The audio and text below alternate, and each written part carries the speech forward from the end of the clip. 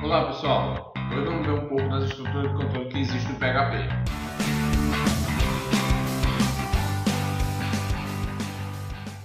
Iremos obedecer essa agenda, estruturas de condicionais, comandos de repetição e comandos de interrupção.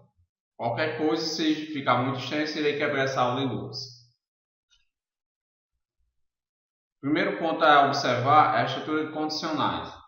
As estruturas de condicionais ela tem uma grande vantagem que é controlar o fluxo da execução do código. Mas ela controla de que maneira? Iremos dizer o seguinte, primeiro você irá definir uma condição, ou seja, um teste. Se esse teste der resultado verdadeiro, ele executa a instrução A. Se ele der falso, ele executa a instrução B.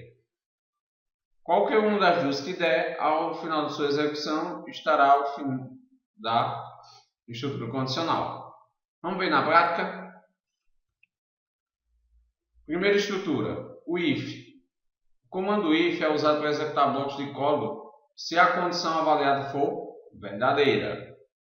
Eu venho aqui, if, preste atenção na escrita do código, é importante, porque no final das contas, se porventura você for analisar um código, vamos dizer um código que não seja seu, você tem que olhar bem direitinho a indentação e a forma como está escrita. Então eu tenho um if, abre parênteses, bota uma condição, fecha parênteses, abre e fecha chaves. Quando um comando é simples, ou seja, só tem uma instrução, não se costuma nem usar as chaves. Um exemplo.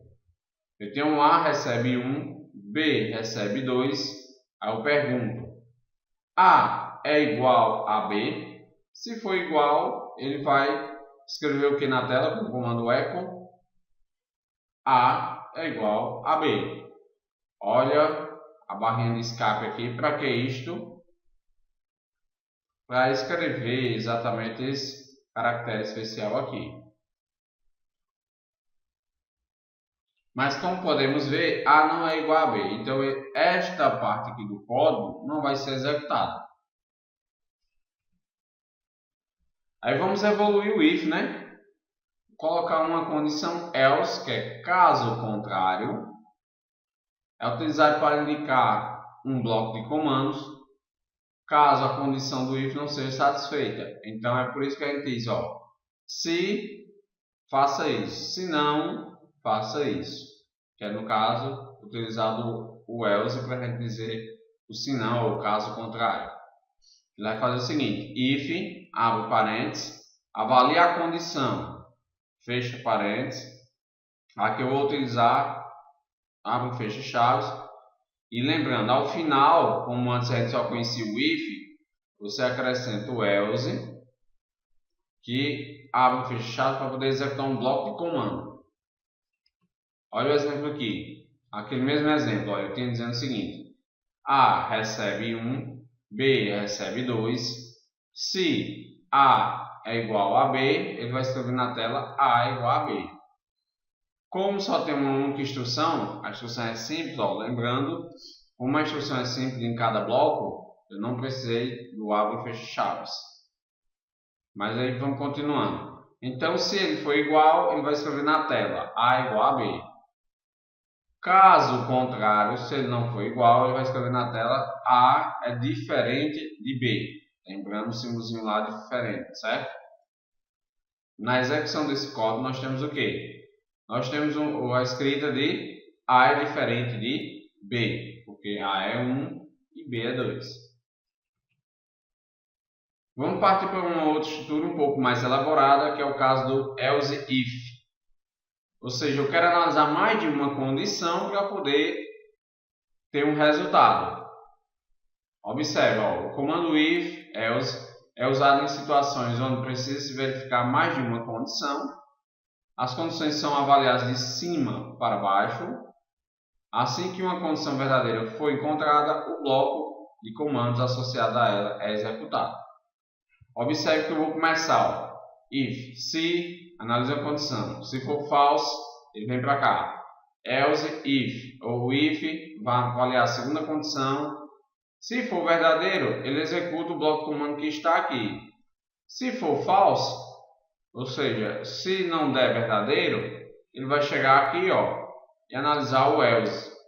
Ele vai executar o else. Vamos ver na prática como é que funciona.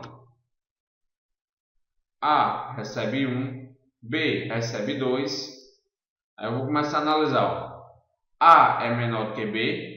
Se é menor do que B, ele vai escrever na tela. A é menor do que B.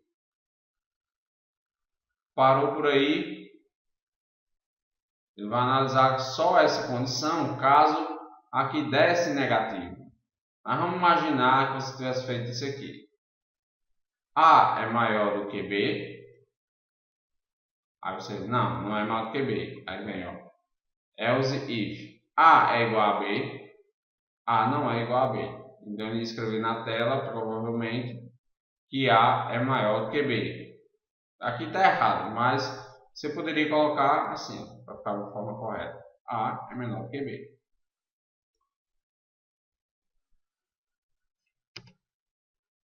Lembramos um pouco do operador ternário. O que era o operador ternário? Você tinha uma expressão que ele avaliava. Se desse verdadeiro, ele escrevia essa expressão, a segunda. Se desse falso, ele executaria essa terceira. Aqui nesse caso, a interrogação serviria só para diferenciar as expressões com o teste.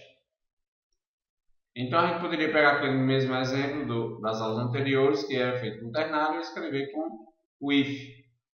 Olha como é que era o teste. A recebe 1, aí B vai receber o resultado dele.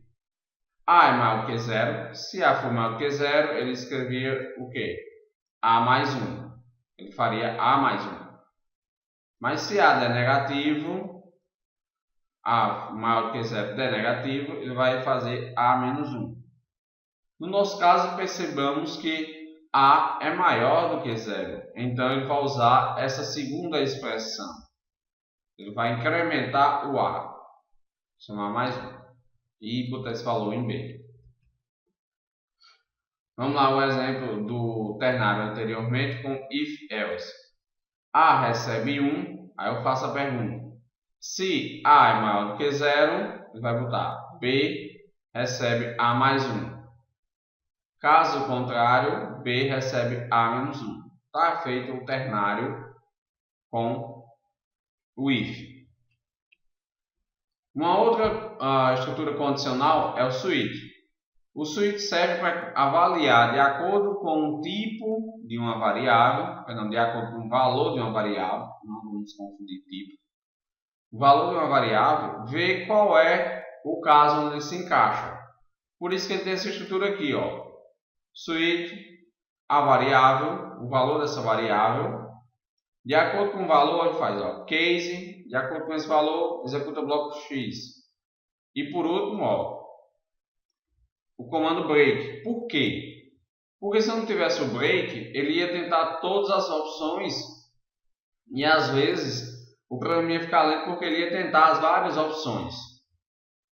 Mas com break não, o que é que eu faço? Ele entrou nesse bloco, ele executa o bloco e parou. E vai para a próxima instrução. E assim sucessivamente.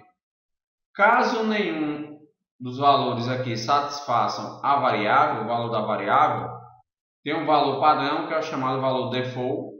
O valor default tem um bloco de comando que você vai identificar e também vai ter o break para dizer, pronto, terminou, parou, vamos para a próxima instrução. Vamos ver um exemplo. Ó.